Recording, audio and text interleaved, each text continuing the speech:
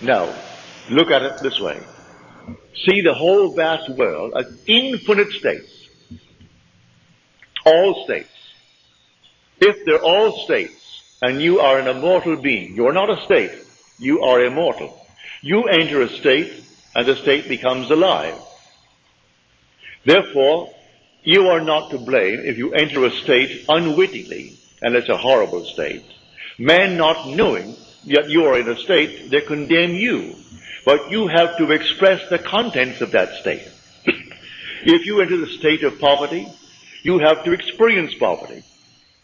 If you remain in it, you must go and drink that to the very last drop, the dregs of that cup. If you go into any state and remain in that state, you're going to drink it to the very last drop.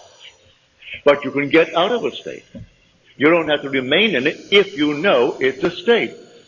If you don't know it's a state, you identify yourself with the state and think that you're it. Man has identified himself with this little body, and he thinks he is it. So the day comes, he has to discard it because he's worn it out. As he discards it, all of his friends are crying to think he died. He can't die. He is an immortal being who wore a garment of flesh and blood. That same being who goes into states, remaining in a state, and the state has to be expressed by him who resurrected the state. For I am the resurrection and the life of that state. Now, you can change an individual with or without his consent if you so desire. Here is the story of a friend of mine. I persuaded him to give up his job here. I knew he was a single man, and he would like to do what I am doing. So I said, San Francisco is wide open. I only go there once a year for 4 weeks at a time. Now I have reduced it to 2 weeks at a time. But I used to go, in the early years, 4 weeks. I said, they need someone badly who knows this law. You can't teach the promise because you do not know it. You can tell it, but from hearsay, because you have not experienced the promise. But you do know the law.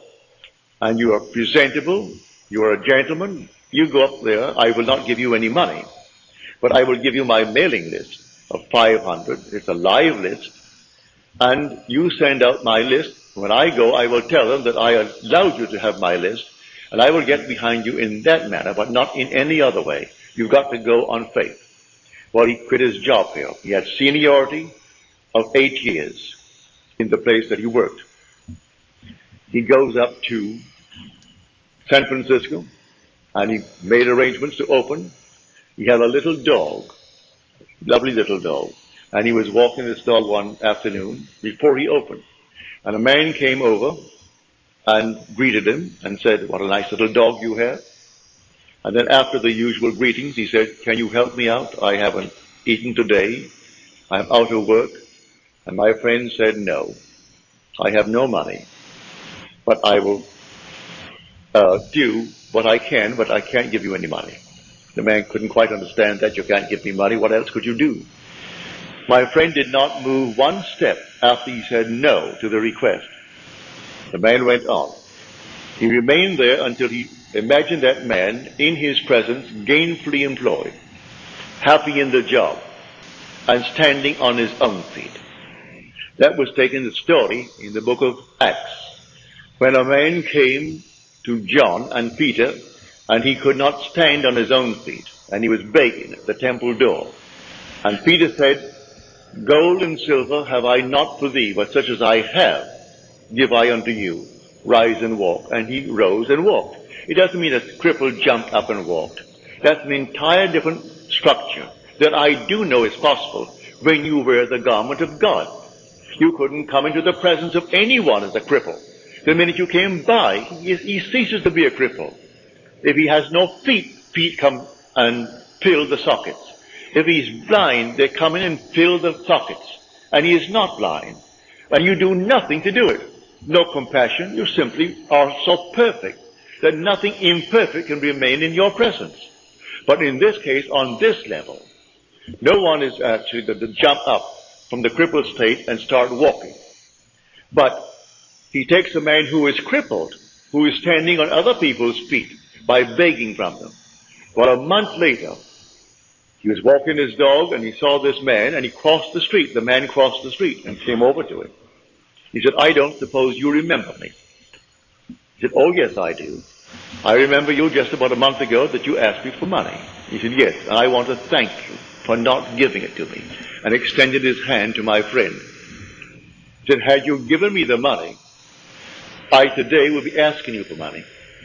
Because you did not give me, I was so embarrassed and so annoyed with myself that I put myself in that position. I went out the very next day and I got a job, a good job. It pays well. And it has promise of growth. And I am very happy in the job. So again, let me thank you for not giving me the money. He put the man on his own feet by representing him to himself as one gainfully employed. That's what I'm talking about when I tell you that all states, he took him out of one state and put him in another state. The man who is in the new state is the same man. You are an immortal being. You are changing only when you fall into a state. And others who knew you well in one state think, what has happened to him? You either go up or you go down. If they see a radical change, and they wonder, what has happened to him? He is affluent, he is this, he is that, or what has happened to him? He used to be, look at him now. And not a thing changed with the immortal being who occupied the state, other than the state. He changed the state. Man, not knowing that, he condemns the state. When it's not the being that you're looking at a state. So God forgives everyone. He justifies everyone because he knows they're only in states. And the Lord created all these states. These are the states. So that's what Blake meant when he said, I do not consider the just or the wicked to be in a supreme state, but to be every one of them states of the sleep, which the soul may fall into in its deadly dreams of good and evil, when it left paradise, following the serpent.